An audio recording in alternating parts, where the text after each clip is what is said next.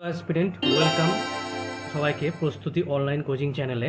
তো দেখো, এটা আমাদের অঙ্কের প্র্যাকটিস ক্লাস। দুদিন কোনো ভিডিও দিতে সম্ভব হয়নি, তো একটু ব্যস্ত ছিলাম। তো দেখো আজকের অঙ্কে কি নিয়ে এসেছি।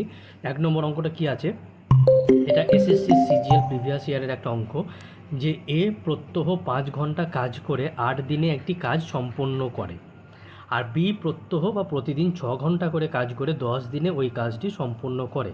তারা একত্রে প্রত্যহ 8 ঘন্টা কাজ করলে বা প্রতিদিন 8 ঘন্টা করে কাজ করলে কত দিনে সেই কাজটি সম্পূর্ণ করবে। তাহলে এ ইন্টু 5, 5 ঘন্টা করে কাজ করে 8 দিনে যে কাজটা করছে সেই সেম কাজটাই বি 6 ঘন্টা করে কাজ করে 10 দিনে করছে। তাহলে এবার কাটাকাটি যদি করি এখান থেকে, যে দেখো 5 দুগুণে 10 আর 2 4-এ 8, 2 দুগুণে 4, 2 3 6। তো এখান থেকে আমরা এ ইজ টু বি সমান সমান কী পেয়ে গেলাম, 3:2। এটা কি তাদের এফিসিয়েন্সি বা দক্ষতা, এটা কি তাদের এফিসিয়েন্সি বা দক্ষতা, ঠিক আছে না? বেশ, এবার বলেছে তাহলে একসাথে তারা প্রত্যহ 8 ঘন্টা কাজ করলে কত দিনে কাজটি সম্পন্ন করবে। ঠিক আছে, তাহলে এ কে নিয়ে চলি বা বি কে নিয়ে চলি, ব্যাপার একই। যে এ তার এফিসিয়েন্সি 3, সে 5 ঘন্টা করে কাজ করছে, 8 দিনে কতটা কাজ করছে, এত ইউনিট কাজ করছে। এই সেম কাজটাই যদি তারা একত্রে মানে একসাথে, তাহলে একসাথে এ বি এর এফিসিয়েন্সি কত হয়ে যাচ্ছে, 3 আর 2-এ 5, 5 এফিসিয়েন্সি নিয়ে প্রত্যহ 8 ঘন্টা করে কাজ করে কত দিনে কাজটা করবে, তাই না? ডি বা এক্স যা খুশি নিয়ে নাও, দিয়ে এবার কাটাকাটি করলেই হয়ে যাবে। 5 5 কেটে গেল, 8 8 কেটে গেল, তাহলে কি পড়ে থাকলো এখানে, ডি ইজিক্যাল টু 3।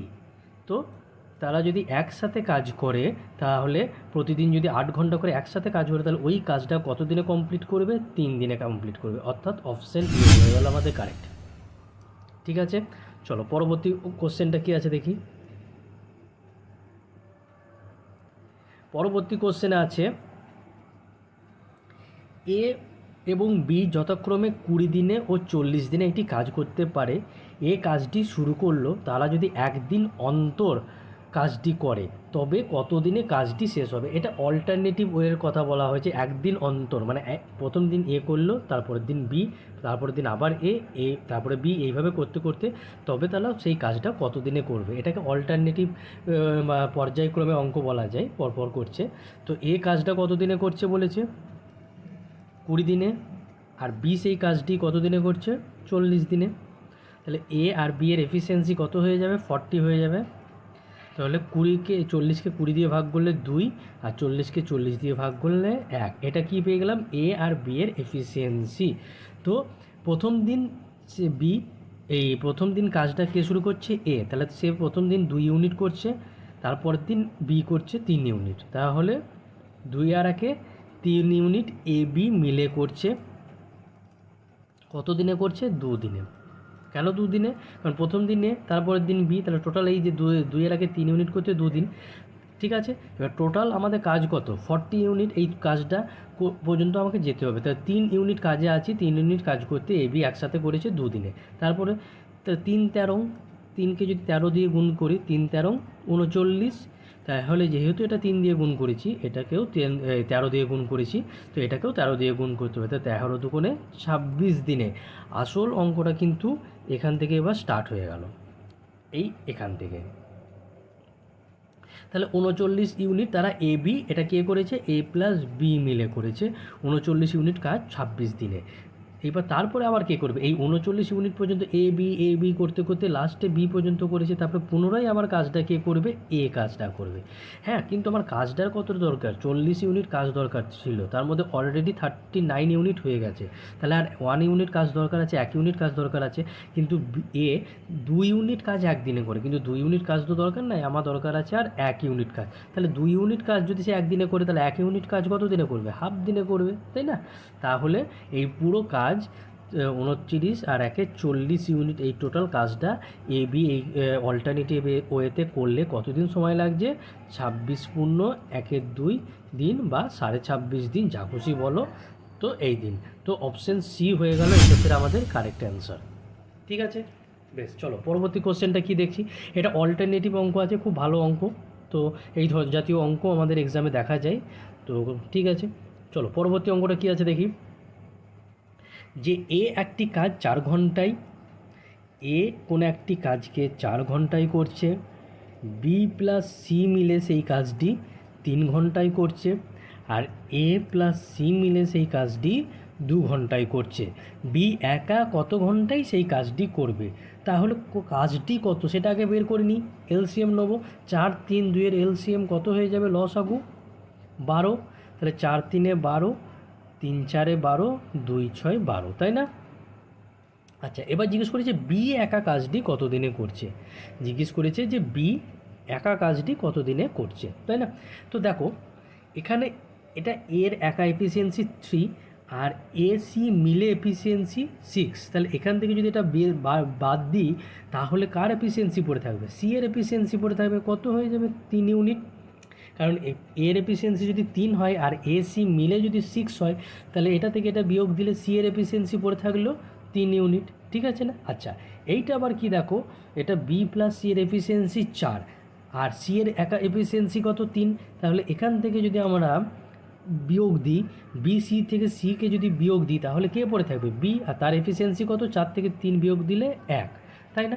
বেশ, তাহলে বি কাজটি কত দিনে করবে? কাজ বের করবা, এই সময় বের করবার জন্য কী করতে হয়? টোটাল কাজ যেটা আছে তাকে এফিসিয়েন্সি দিয়ে ভাগ করে দিলেই বেরিয়ে যায়। তাহলে বা 12কে 1 দিয়ে ভাগ করলে কত হবে? 12ই হয়ে যাবে। তাহলে 12 দিনে। তাহলে বি কাজটি কত দিনে করবে? 12 দিনে। অর্থাৎ অপশান বি। অর্থাৎ বি কাজটি 12 দিনে করবে এবং অপশানও বি, সবই বি। ঠিক আছে, চলো পরবর্তী অঙ্কটা দেখি। বলেছে যে পরবর্তী অঙ্কতে বলেছে গঙ্গা ও সরস্বতী পৃথকভাবে একটি জমিতে 8 ঘন্টায় ও 12 ঘন্টায় ধান বুনতে পারে। গঙ্গার জন্য আমি জি নিলাম শর্ট ফর্মে, যে 8 ঘন্টায়, এবং সরস্বতীর জন্য এস নিলাম যে 12 ঘন্টায় ধান বুনতে পারে। গঙ্গা সকাল 9টায় কাজ শুরু করলো যদি তারা 1 ঘন্টা অন্তর কাজ করে থাকে। ওই একই অল্টারনেটিভ। প্রথম 1 ঘন্টা গঙ্গা করছে, পরের ঘন্টা সরস্বতী, আবার গঙ্গা, আবার সরস্বতী, এইভাবে করতে থাকছে যতক্ষণ না কাজটা কমপ্লিট হচ্ছে। তবে ধান বোনা শেষ হবে। কাজটা করে থাকে, তবে কখন তাদের ধান বোনার কাজটা শেষ হবে যদি এই অল্টারনেটিভ ওয়েতে করে থাকে। তো এলসিএম নেবো। তাহলে 12 আর 8-এর এলসিএম কত হয়ে যাবে? 24 হয়ে যাবে এলসিএম, তাই না? তা 3 8-এ 24, 12 দুগুণে 24। ঠিক আছে, তাহলে প্রথম 1 ঘন্টা গঙ্গা, পরের ঘন্টাটা সরস্বতী করছে, তার 3 আর 2 5 ইউনিট তারা গঙ্গা প্লাস সরস্বতী মিলে করছে। কত কত ঘন্টায়? না 2 ঘন্টায়। 5 ইউনিট কাজটা গঙ্গা সরস্বতী এরকম অল্টারনেটিভ ওয়েতে কত কত করলো? 2 ঘন্টা। এবার আমাকে যেতে হবে 24-এ। এবার দেখো 5 4 20, 5 5 25, 25 মানে বেশি হয়ে যাচ্ছে, আমার তো চাই 24। তো একে আমরা কী করব? 4 দিয়ে গুণ দেবো। কত দিয়ে গুণ দেবো? 4। তাহলে 5 4-এ 20। এটা যেহেতু 4 দিয়ে গুণ, ওই একই পদ্ধতি আগের মতনই এটাকেও 4 দিয়ে গুণ, 4 দুগুণে 8 ঘন্টায়। এইবার অঙ্কটা তোমাদের শুরু হয়ে গেল, কিন্তু কোথা থেকে? এখান থেকে অঙ্কটা শুরু হয়ে গেল অ্যাকচুয়ালি। তো দেখো এটা কে করেছে? এই 20 ইউনিট কাজটা গঙ্গা প্লাস সরস্বতী করেছে। তারপরে যে কাজটা করবে সেটা কে? আবার গঙ্গা থেকে শুরু হবে। আর গঙ্গা 3 ইউনিট কাজ করছে। কত? 1 ঘন্টায়। বেশ, তাহলে 20 আর 3-এ 23, আমার 24 চাই। তাহলে আর 1 ইউনিট কাজ এটা কে করবে? গঙ্গার পরে সরস্বতী করবে। তো সরস্বতী 2 ইউনিট কাজ করে 1 ঘন্টায়, তাহলে 1 ইউনিট কত করবে? হাফ ঘন্টায় করবে, তাই না? তাহলে টোটাল 20 23 আর 1-এ 24 ইউনিট কাজ এরা করতে কত সময় লাগলো? 8 আর 1-এ 9, 9 ঘন্টা আর হাফ, বা বলতে পারো 9.5 ঘন্টা। 9 পূর্ণ 1-এর 2 মানে এটাকে বলা হয় 9.5 ঘন্টা। ঠিক আছে না? তাহলে 9.5 ঘন্টা পরে ওই পুরো যে 24 ইউনিট কাজটা ছিল সেটা কমপ্লিট হবে। তাহলে সেটা কখন? টাইমটা জিজ্ঞেস করেছে, কত ঘন্টায় কমপ্লিট হবে সেটা জিজ্ঞেস করেনি। এক্ষেত্রে আমাদের টাইমটাকে জিজ্ঞেস করেছে। তাহলে সকাল 9টায় আরম্ভ করেছিল, সকাল 9টা AM, এখানে লিখি সকাল 9টা AM, তারপরে প্লাস আবার এই 9 ঘন্টা লাগলো, তাই না? তাহলে 9 আর 9-এ 18, 18.5 ঘন্টা লেগে গেল এই কমপ্লিট করতে। তাহলে 12টার সময় 12 ঘন্টা, তো 12টার পরে আরও 6 ঘন্টা যোগ দাও, মানে 12 আর 6 18। যেহেতু এটা 9:30, তাহলে 6টার পরিবর্তে ওটা 6:30। তাহলে 6:30 PM বা 6:30 PM, 6:30 PM-এ তাদের কাজটা কমপ্লিট হবে এই অল্টারনেটিভ ওয়েতে যদি কাজটা করে, অর্থাৎ অপশান আমাদের বি হয়ে গেল কারেক্ট। অপশান বি হয়ে গেল কারেক্ট। বোঝা গেল? এটা কিছুই না, সকাল 9টায় শুরু করেছিল, কমপ্লিট হতে সময় লাগলো 9.5 ঘন্টা, তাহলে 9 আর 9 18, 18.5 ঘন্টা, তাহলে দুপুর 12টা, 12টার পরে আরও 6 ঘন্টা, মানে 12টা থেকে 6 মানে 18টা, তাহলে 6:30 মানে হচ্ছে তোমার 18.5 ঘন্টা। তো এই কারণে সন্ধ্যে 6:30টায় তারা কাজটা কমপ্লিট হবে, যেটা তারা সকাল 9টাতে স্টার্ট করেছিল। কাজটা কতটা না 24 ইউনিট কাজটা। ঠিক আছে, তো অপশান বি হয়ে গেল এক্ষেত্রে কারেক্ট। কোনো কনফিউশনের ব্যাপার নয়, একটু নতুনত্ব অঙ্ক বলা যায়, কিন্তু এই জাতীয় অঙ্ক আসে, তাই একটু শিখে নিতে হবে অঙ্কগুলোকে। বেশ, চলো পরবর্তী অঙ্কটা দেখি। বলেছে যে কোনো কাজ এ 12 ঘন্টায় আর বি 15 ঘন্টায় শেষ করে। এস কাজটি শুরু করলো এবং তারা প্রতি 1 ঘন্টা অন্তর পর্যায়ক্রমে কাজ করলে কতক্ষণ পরে কাজটি সম্পূর্ণ হবে। ওই একই কথা, এ কাজটি করছে অল্টারনেটিভ ওয়েতেই 12, বি কাজটা করছে 15 ঘন্টায়। এদের এ হয়ে যাবে কত? 60 এলসিএম, তাই না? তাহলে 5 12 60 আর 4 15 60, তাহলে এটা এস কাজটা শুরু করলো না, ওটা একটু প্রিন্টিং মিস্টেক হয়ে গেছে, ওটা এ কাজটা শুরু করলো যে তারা প্রতি 1 ঘন্টা অন্তর। তাহলে প্রথম ঘন্টায় এ, তারপরে ঘন্টায় বি, তার মানে 9 ইউনিট এ প্লাস বি মিলে 9 ইউনিট কাজটা কত ঘন্টায় করছে? 2 ঘন্টায়। 2 ঘন্টায় করছে। টোটাল কাজ আমার কত? 60 ইউনিট। তাহলে এবার করতে হবে 60 ইউনিট মানে 4 9 36, 5 9 45, 6 9 54, 7 9 63, বেশি হয়ে যাচ্ছে, তাহলে 6 9 54, তাই কেউ 6 দিয়ে গুণ, তাহলে 54 ইউনিট, আর 6 দুগুণে 12, তাহলে আবার সেই কাজ এখান থেকে কাজটা শুরু হয়ে গেল। 54 ইউনিট টোটাল কাজ আমার কতটা দরকার? 6 ইউনিট কাজটা দরকার, তাই না? 6 ইউনিট কাজ দরকার। তো পরের কাজটা কে করবে? এটা পর্যন্ত কে করলো? এ বি করলো। তারপরে কাজটা আবার এ শুরু করবে নতুন করে। কতটা করবে এ? 5 ইউনিট। কত ঘন্টায়? 1 ঘন্টায়। তারপরে আর 54 আর 5 59, তাহলে আর 1 ইউনিট কাজটা এটা কে করবে? লাস্টে বি করবে। কিন্তু বি একদিনে করছে 4 ইউনিট, কিন্তু আমার কাজ দরকার আর 1 ইউনিট, তাহলে 4 ইউনিট, এই 1 ইউনিট করতে তার কত সময় লাগবে? 1/4 আওয়ার। তাহলে টোটাল এ বি মিলে কাজটা কতক্ষণে কমপ্লিট করবে? 24 আর 1 25, 25 ঘন্টা, 24 আর 1 25 ঘন্টা, 25 পূর্ণ 1 4 ঘন্টায়, 25 পূর্ণ 1 4,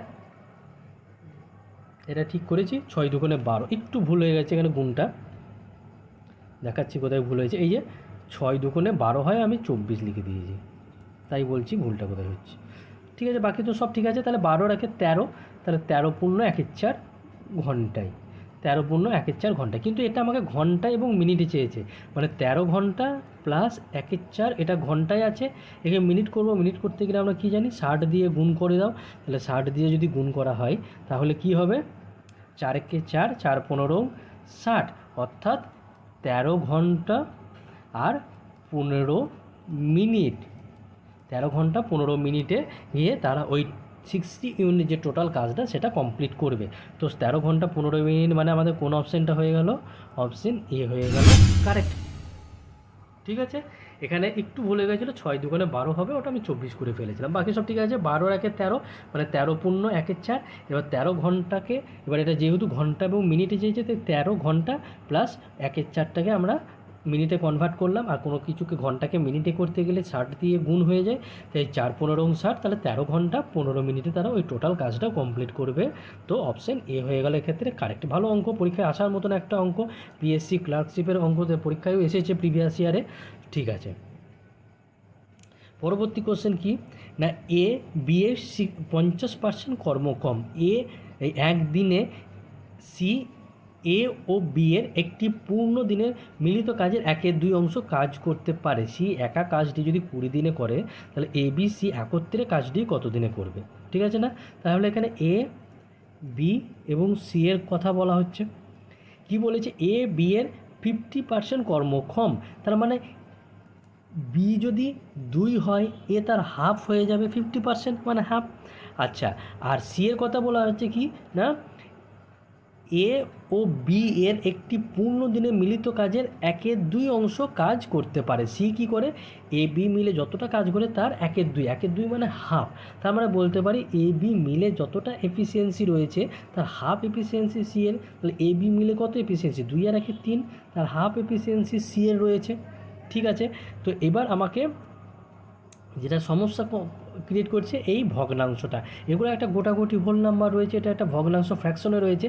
তো এখানে 2 দিয়ে পুরোটাকে গুণ করে দাও। তাহলে এখানে 2 একে 2, 2 দুকোণে 4, আর এই 2 কেটে গেলে পড়ে থাকলো 3।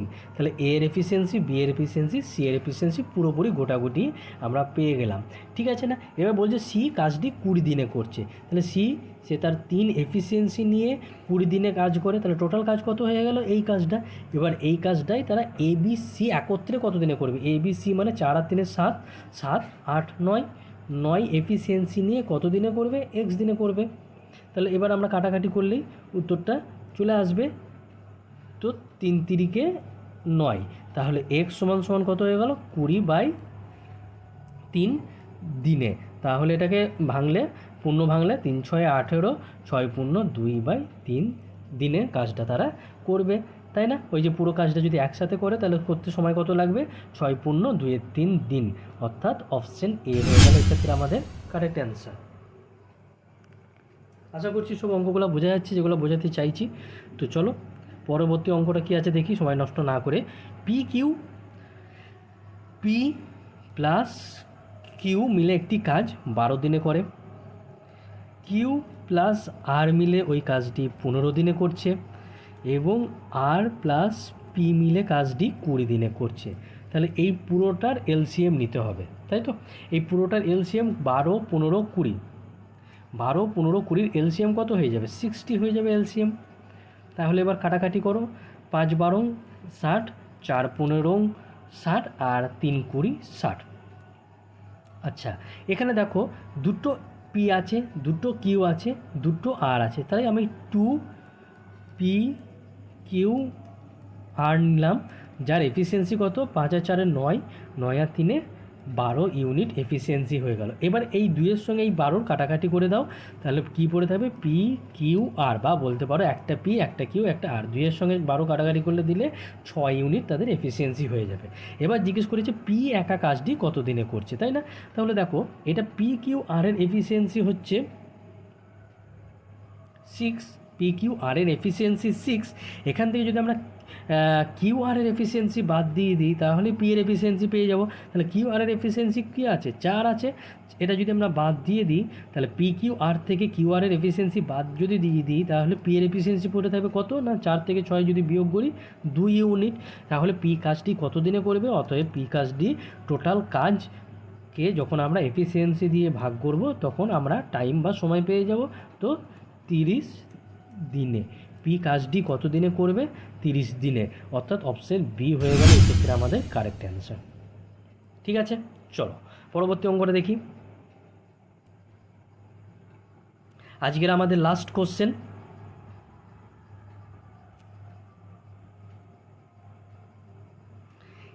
এ বি এর 3 গুণ কর্মক্ষম।